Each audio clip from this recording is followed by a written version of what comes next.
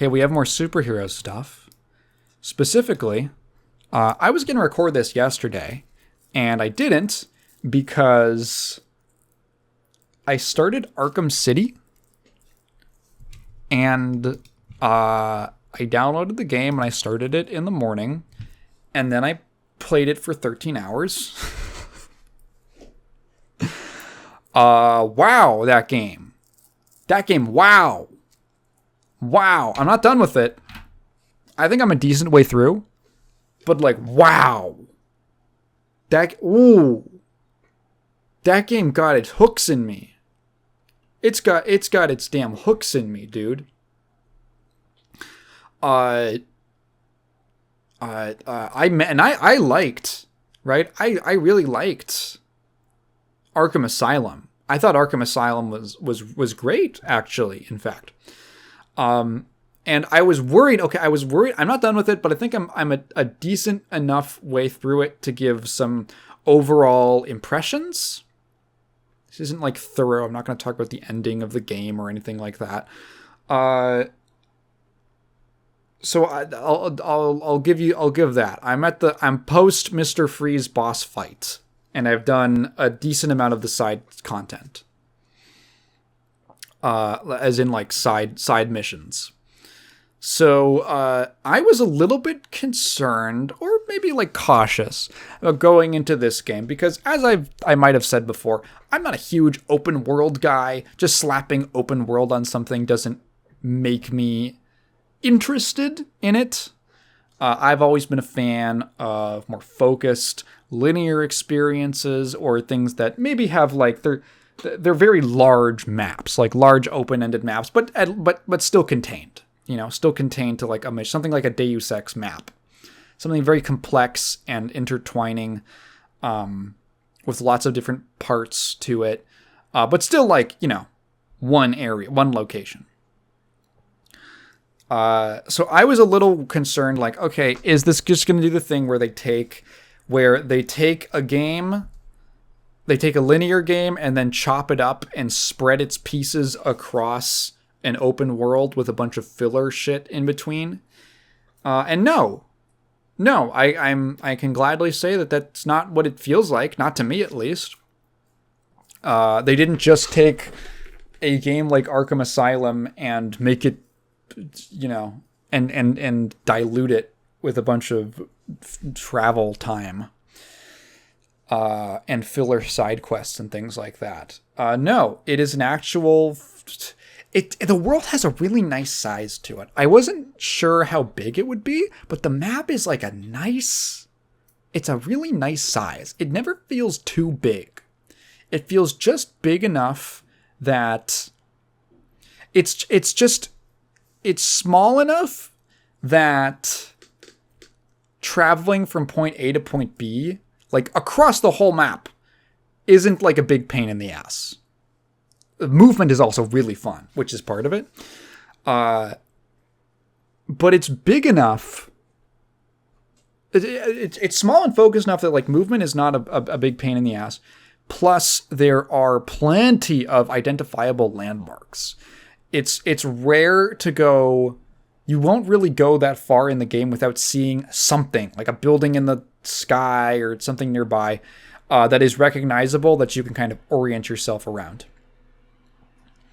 But it's also big enough that it feels like as I'm traveling around, I'm still finding new stuff. There's little nooks and crannies, little alleyways. It ironically, maybe not ironically, that's probably not the right word, but funny enough, does remind me of Lego Batman 2 and that game's open world, which I wonder if it was based on this one, because Arkham City is very, like, every rooftop has some kind of Riddler challenge or something like that, or some kind of, there's always something going on. Like, oh my god, this game is busy.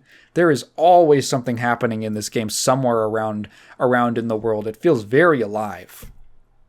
There's always like mooks hanging around, or some kind of optional challenge course you can go through, or a side quest that triggers like around the world.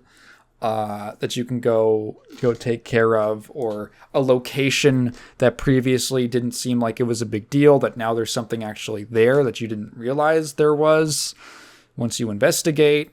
And it's a fun, it makes the world fun to explore, because I feel like I'm actually finding meaningful things in it. I really appreciate the additions, or the fleshing out of the movement mechanics in this game. It's very similar to the first one. When I talk about how fun movement is in this game, man, I just really like flying, gliding around the city.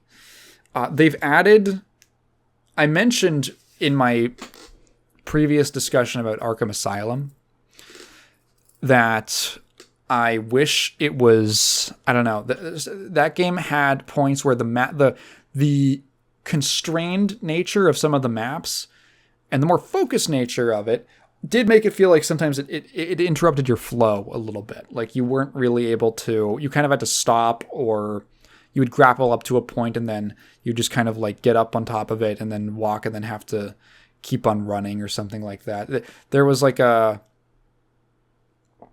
little bit of lag in the flow of that game. This one introduces maybe one of my favorite little mechanics across either of these games, which is the grapnel boost. I don't know why to say grapnel. I'll just say grapple. The grapple boost, which is you shoot your grappling hook up to some kind of ledge or surface, and as you're flying up, as you're zipping upwards, you can like double tap your movement parkour button, whatever it is. It's the all-purpose movement button they essentially have, and you'll start zooming. You'll speed up, and once you hit the ledge, you'll launch off of the ledge into a glide. And it makes traversing the environment so much fun. It makes it feel so much better because there's just no interruptions. It's just a constant series of grappling to a point, boosting off of it, gliding, finding another one, and then grappling off of that. You're always looking at the environment. The one common complaint I've heard about traveling in a lot of open world games is that the traveling isn't that interesting, and that making it part of the one solution to that is making the environment part of the traversal. And I think this game does it in a really fun way, where you are always looking, because basically everything, can serve as a movement, some kind of movement aid in some way. There's always a ledge that you can grapple off of. There's always like a rooftop that you can run across. There's always like some space that you can glide. There's a nice mechanic where you can do a dive bomb out of a glide, and then if you let go of the dive bomb, you'll actually like stop and then swoop up a little bit and like gain some height, and you accelerate a little bit. And it makes it so that even when I have to run all the way across the map because I'm trying to finish a side quest, I'm trying to find like where this character spawns or whatever, it's not a big deal. It's not a big deal because outside of the tedium that kind of just comes with like having like, do I have to check here? Outside of that like very baseline level of small tedium, the actual movement is not a bother. It's really fun. The combat is mostly the same. It's pretty much the same. One thing that I actually really appreciate is Batman has a lot of his gadgets from the previous game. And the ones that he doesn't have are either things that like wouldn't, like, it kind of makes sense for him not to ask for that initially, because he has to like request the suit and everything down to come down. Or it's stuff that is like completely, it's just not in the game. Like there's no, what is it? I know there's a couple gadgets. I don't think like the multi-batterings are in this game. It's just been replaced with like a rapid fire command for the batterings.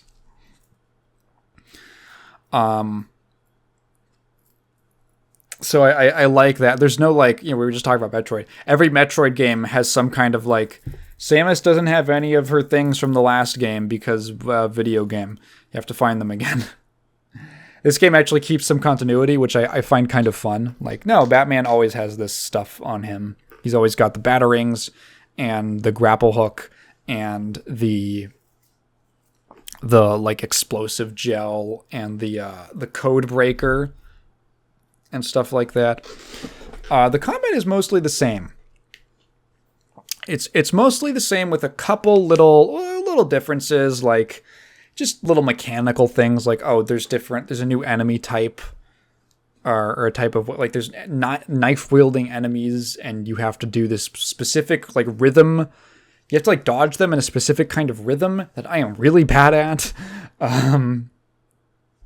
It's mostly the same with a couple additions. And little tweaks here and there. There's now 2 different kinds of armor upgrades, one for melee strikes and one for like ranged attacks. Pretty expected stuff. You can slide into it very seamlessly coming from the previous game, and it inherits all of the best aspects of the free flow TM combat system from the first game.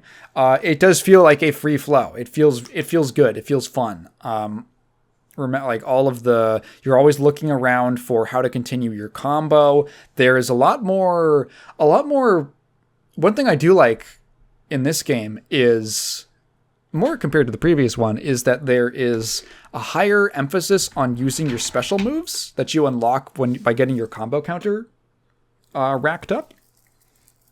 That's a lot of fun. I really liked those moments in the original, and I think it gives a nice incentive to actually get better at the combat and to actually learn the movements and learn the patterns of enemies, or be perceptive of them, I should say.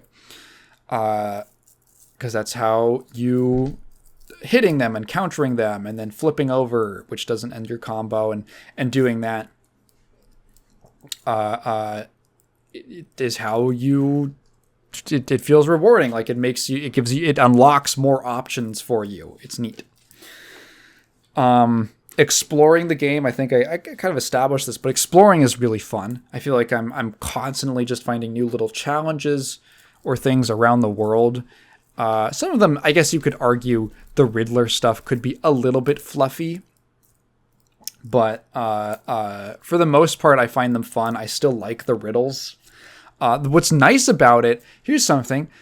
They solved the problem of...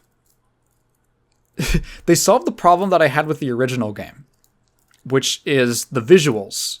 In the original game, the visuals are gorgeous, really nice looking, but you spend like so much, you're incentivized to spend like the whole game in detective mode, and it just completely kills the whole art style. In this game, there is not as much reason to be in detective mode. I would say it's maybe 30 or 40% of the time you're in detective mode, or you just flash it on or off. And that's actually like a weird positive byproduct of the structure of the game. The fact that it is an open world as opposed to a smaller linear type thing. Because in Asylum, you'd walk into an area and like there could be stuff everywhere in there because it was a smaller game, and the content, it was a lot denser.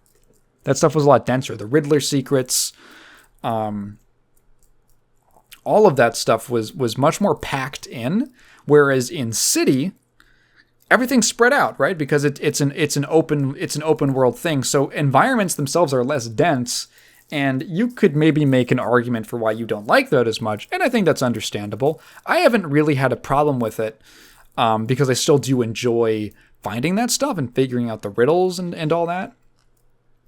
But it leads to this, it creates this nice thing that I didn't even realize, but like I did not feel the urge to be in detective mode the entire game. I would switch it on just to like look around, and then if I didn't see anything, I just turn it back off, and I'd be good, and like it was fine.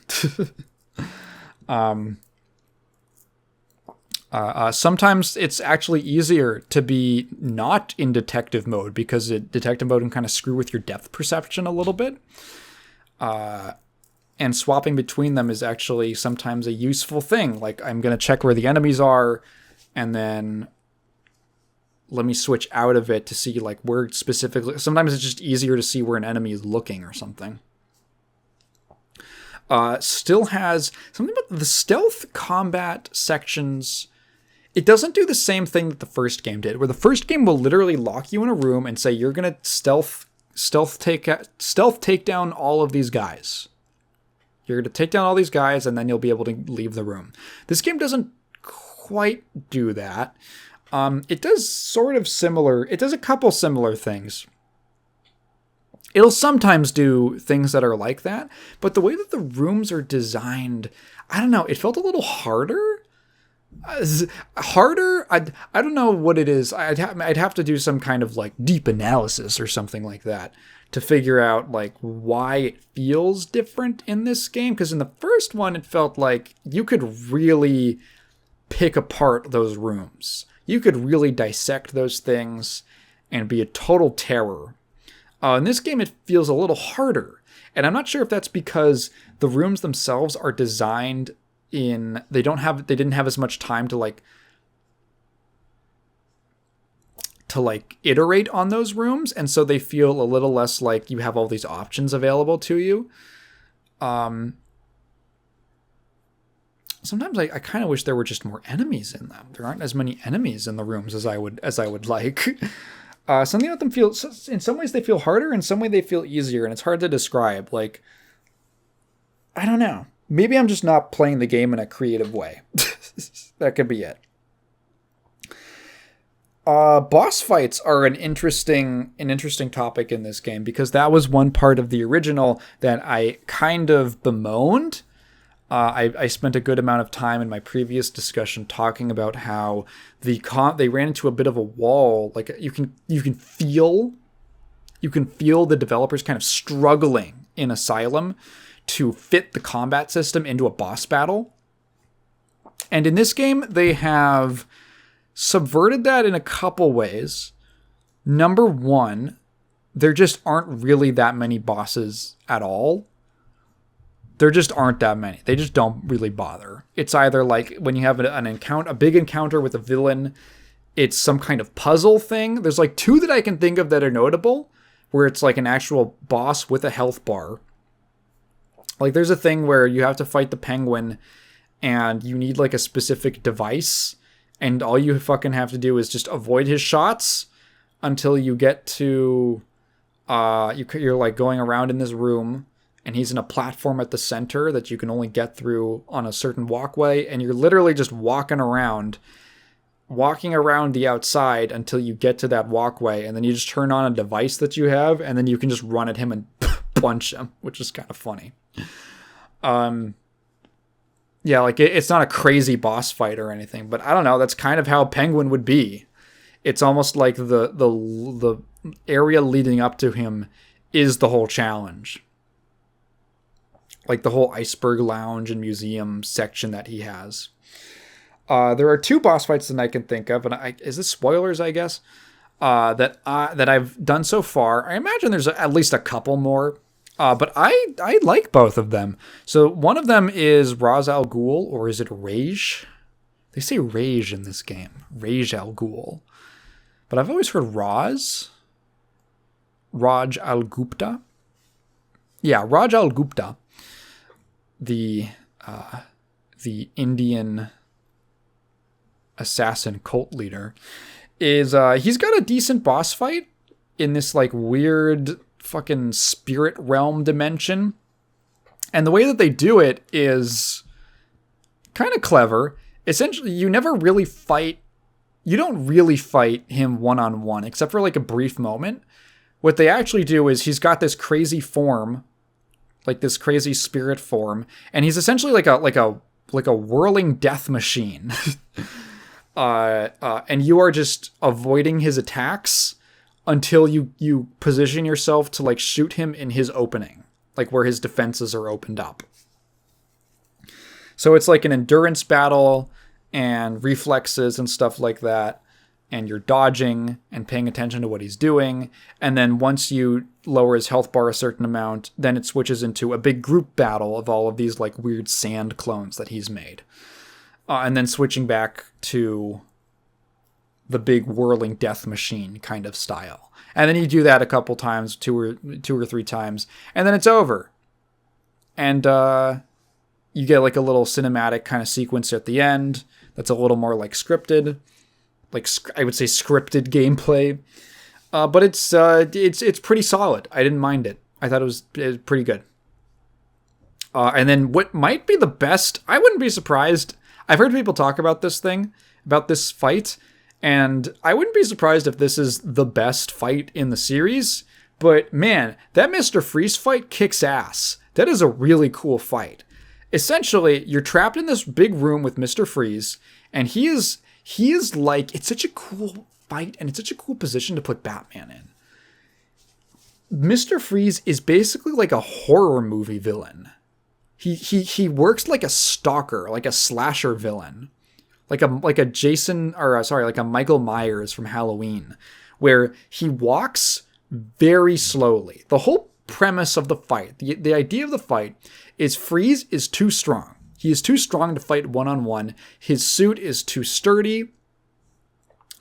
And his freeze gun challenges Batman so much, and it's so strong, that if you just try to go up to him, he's just going to fucking blast you. And Batman just can't win. It's an extremely difficult fight for him to win one-on-one up front. So you have to essentially outsmart him. It plays like a puzzle.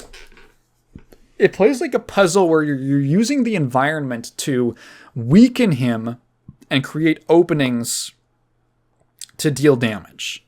So he is always following your footsteps. He's like, you run away, and then he's analyzing. He's got a little scanner on the ground, following your trail. So you can kind of predict the pattern, the path he's going to go in, and then there's all these little things around the room. So like the first thing I realized was there's like this pool of water, and there's this like very shallow puddle of water where you're that's built up, and there's some electrical wires that have dropped into it, and you can lead him. I was like, I like accidentally electrocuted myself checking if you could turn it on with the button that's next to it, and I did, and you can lead him into that spot and then throw a batarang there,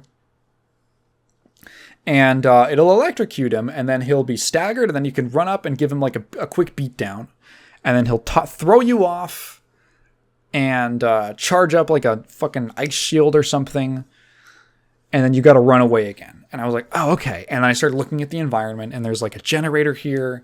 I shoot the generator, and when he's nearby it, and it like explodes electricity around him, and it shocks him and staggers him again. But here's the thing. Every single time you use one of them, after he recovers, he shoots the thing with the freeze gun, which it disables it. So you can't use the same thing twice. So you have to keep, once you're done with using one part of the environment, you have to start scanning for another thing to use against him, which is already cool. Cool. Now here's the thing. So once you do that first one, once you do it the first time, you kind of figure out, especially the second time, you figure out, okay, there's these things in the environment that I can use my gadgets on to stagger him and create these openings to go deal damage to him.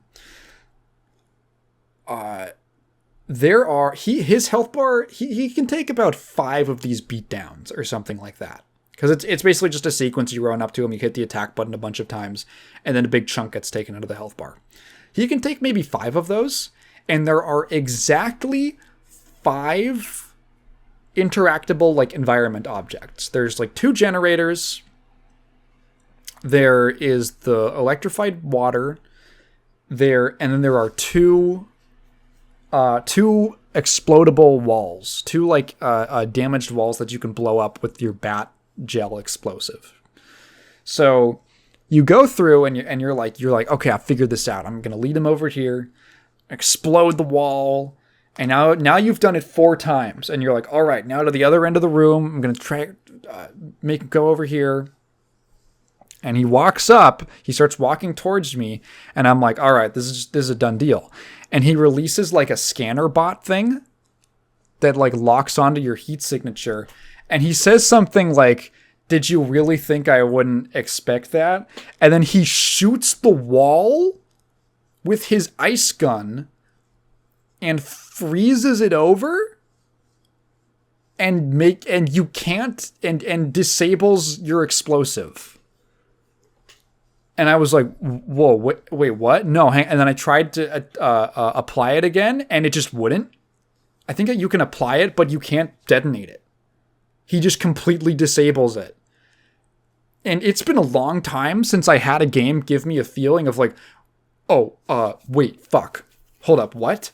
Where I thought that I'd gotten the pattern down. I thought that I understood. I'm okay, now I'm ready to like kick this guy's ass.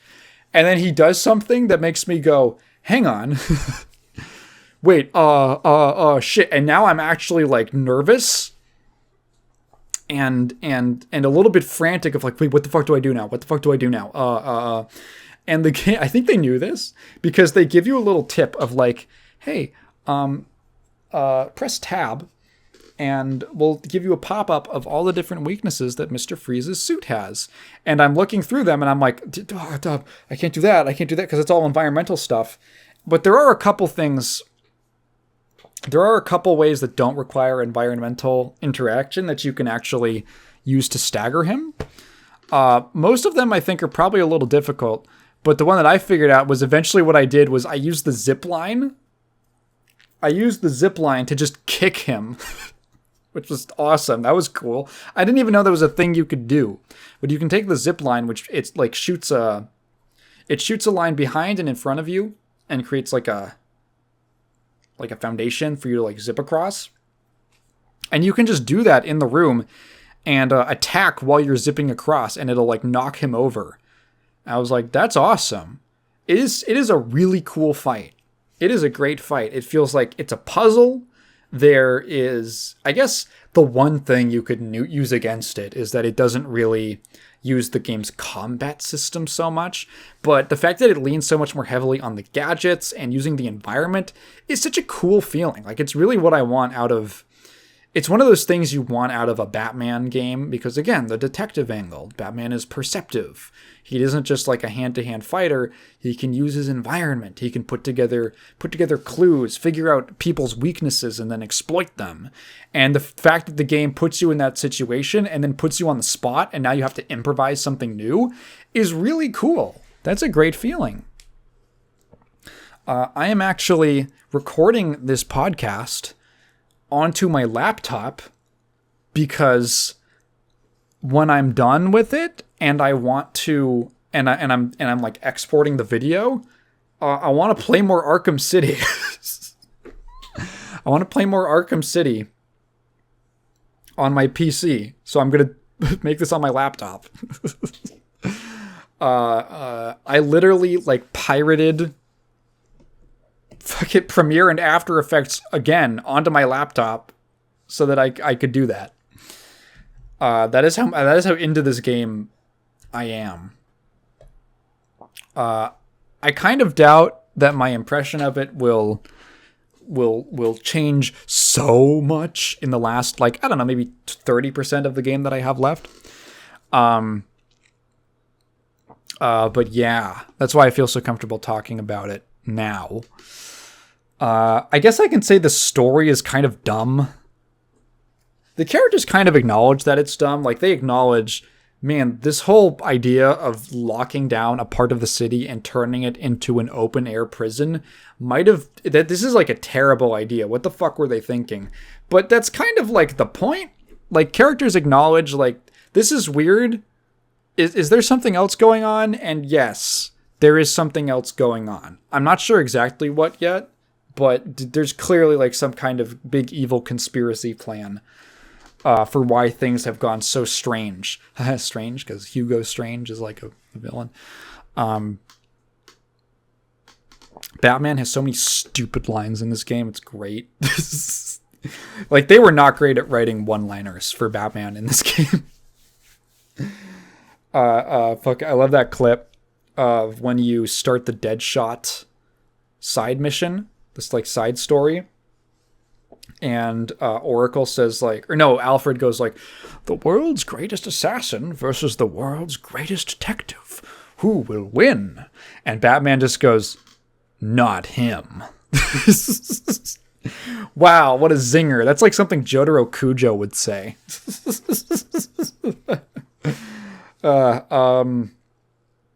There's like little moments where I'm like, why isn't he just doing this? Like, why is he acting specifically in this way in this situation? Like that whole confrontation with Ra's al Ghul, and like, why couldn't you just lie to him for like 5 seconds to take his blood from him? Does Batman have a no lying policy too, in addition to the no kill policy?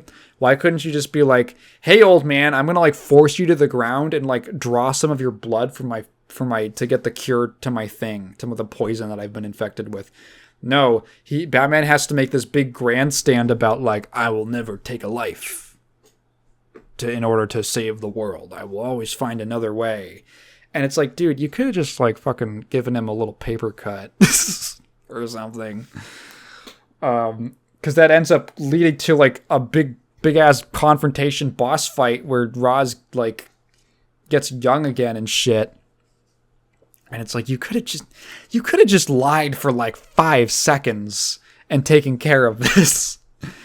I understand, does a character always act rationally? No, but I don't. It's like Batman. Like, I feel like he should be like, if any character is going to be hyper competent, it would probably be him. I don't see why he's making a decision like that. Yeah. Also, the insanity of the fact that like this entire game is supposed to take place on a single night makes no sense. Just makes no sense at all. All the shit that goes down and all the places you go. And then Hugo Strange comes over the announcement. He's like, yes, it's been 1 hour. And you're like, no, it hasn't.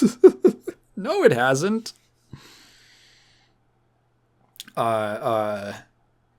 Yeah, just like, I don't know, little silly suspension of disbelief type stuff.